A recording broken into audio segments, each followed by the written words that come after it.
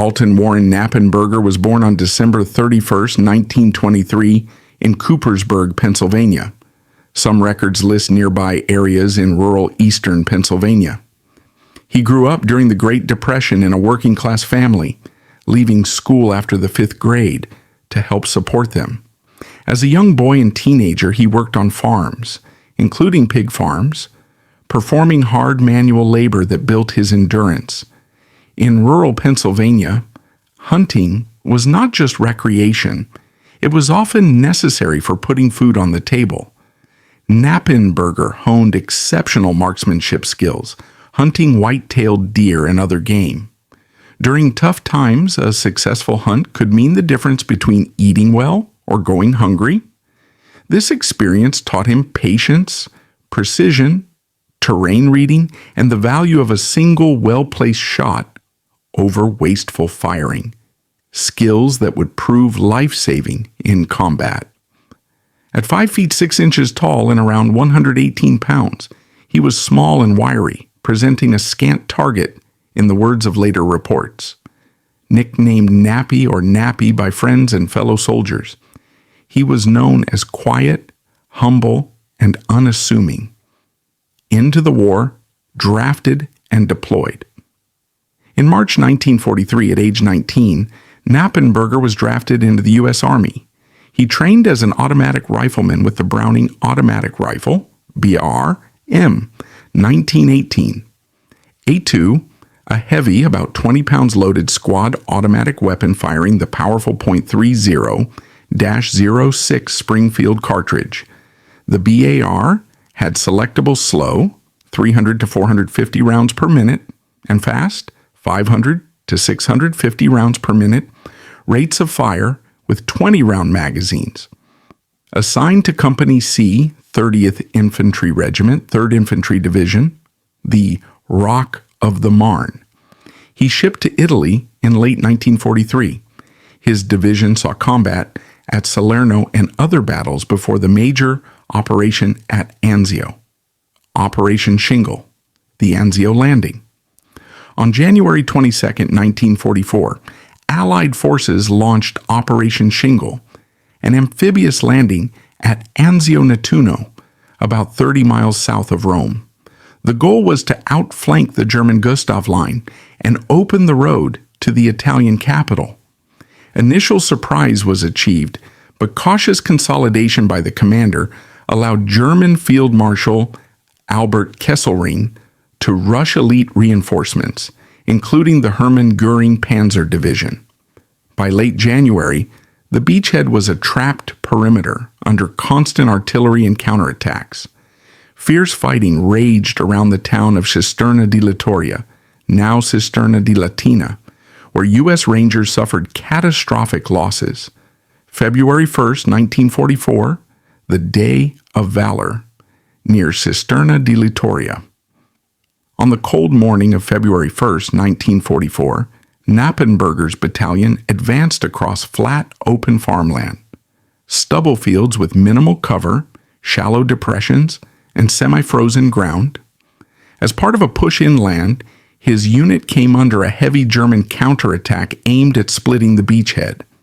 Suddenly camouflaged German machine guns, MG-42s, notorious for their high rate of fire, and infantry opened up, pinning the Americans in devastating crossfire. Reports describe the company, around 200 men, suffering horrific losses, with only a handful surviving the initial barrage. In the chaos, Private First Class Knappenberger spotted a low, exposed knoll, the only slight elevation in the flat terrain, rising perhaps 6 to 10 feet. Against all doctrine, which stressed seeking cover and staying low, he crawled forward under fire, dragging his heavy BAR, and took position atop it. From this vantage point, he gained a commanding view of the battlefield. An enemy MG-42 nest 85 yards away opened fire, bullets striking within inches of him. Rising to a kneeling position, Knappenberger calmly returned fire, silencing the gun. He killed 2 crew members and wounded the third. As he engaged, 2 German grenadiers crawled to within 20 yards and hurled stick grenades, potato mashers. With a single burst from his BAR, he killed both before they could complete their attack. A second MG-42, 100 yards away, then targeted his exposed position. Knappenberger's accurate burst silenced it as well. Shortly after, an enemy 20mm anti-aircraft gun, likely a Flak 38, repurposed for ground fire, directed explosive rounds at him. Again, he returned precise fire, knocking it out and decrewing it. German infantry platoons assaulted his position multiple times. Knappenberger repelled them with controlled bursts, focusing on exposed targets and conserving ammunition where possible. When his magazines ran dry, he crawled 15 yards forward under intense machine gun fire to a fallen comrade, retrieved M1 Garand en-bloc clips, same .30-06 ammo as the BAR, and manually reloaded his magazines by hand while exposed. He repeated this dangerous resupply, resuming fire each time. For over 2 hours, alone on that knoll, Knappenberger disrupted the entire German counterattack. His fire drew attention away from the pinned Americans, broke assaults, and inflicted heavy casualties. Post-action estimates credited him with approximately 40 to 60 German killed or wounded. Accounts vary slightly, but his division commander called him a one-man army. Not a single bullet touched him, attributed to his small size, constant small movements to avoid aimed fire, and sheer luck. Finally, ammunition exhausted, he rejoined his company. The Medal of Honor and recognition Knappenberger's actions saved countless lives and helped stabilize the line during a critical moment. Major General Lucien Truscott, commander of the 3rd Infantry Division, immediately recommended him for the Medal of Honor.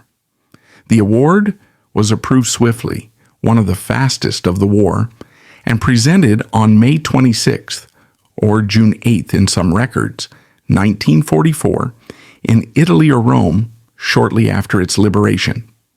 His official citation reads in part, "For conspicuous gallantry and intrepidity at the risk of his life above and beyond the call of duty." Private First Class Knappenberger's intrepid action disrupted the enemy attack for over 2 hours. After the ceremony, he was sent home for war bond tours, a standard practice for medal recipients. Post-war life, a quiet hero. Knappenberger returned to Pennsylvania, resuming a low-key life. He worked as a truck driver and later as a supervisor on asphalt paving crews, retiring in the late 1970s due to health issues. He married. His 3rd wife was Hazel Hamlin, married for over 32 years, raised children and stepchildren, and had many grandchildren and great-grandchildren. He loved the outdoors, teaching family to hunt and fish, and lived in a trailer surrounded by woods and orchards, occasionally hunting wild turkeys. True to his humble nature, he rarely spoke of the war, unless asked, calling the bond tours and publicity the worst darn ordeal of the war. He avoided the spotlight, simply saying he just did my job. Alton Warren Knappenberger passed away on June 9, 2008, at age 84, in Pottstown, Pennsylvania. He was buried with full military honors at Arlington National Cemetery. His story exemplifies how civilian skills, patience, marksmanship, and bold use of terrain, combined with raw courage, turned an ordinary young farm boy into one of World War II's most remarkable heroes. In a flat field near Cisterna, one small knoll and one determined soldier held the line against overwhelming odds.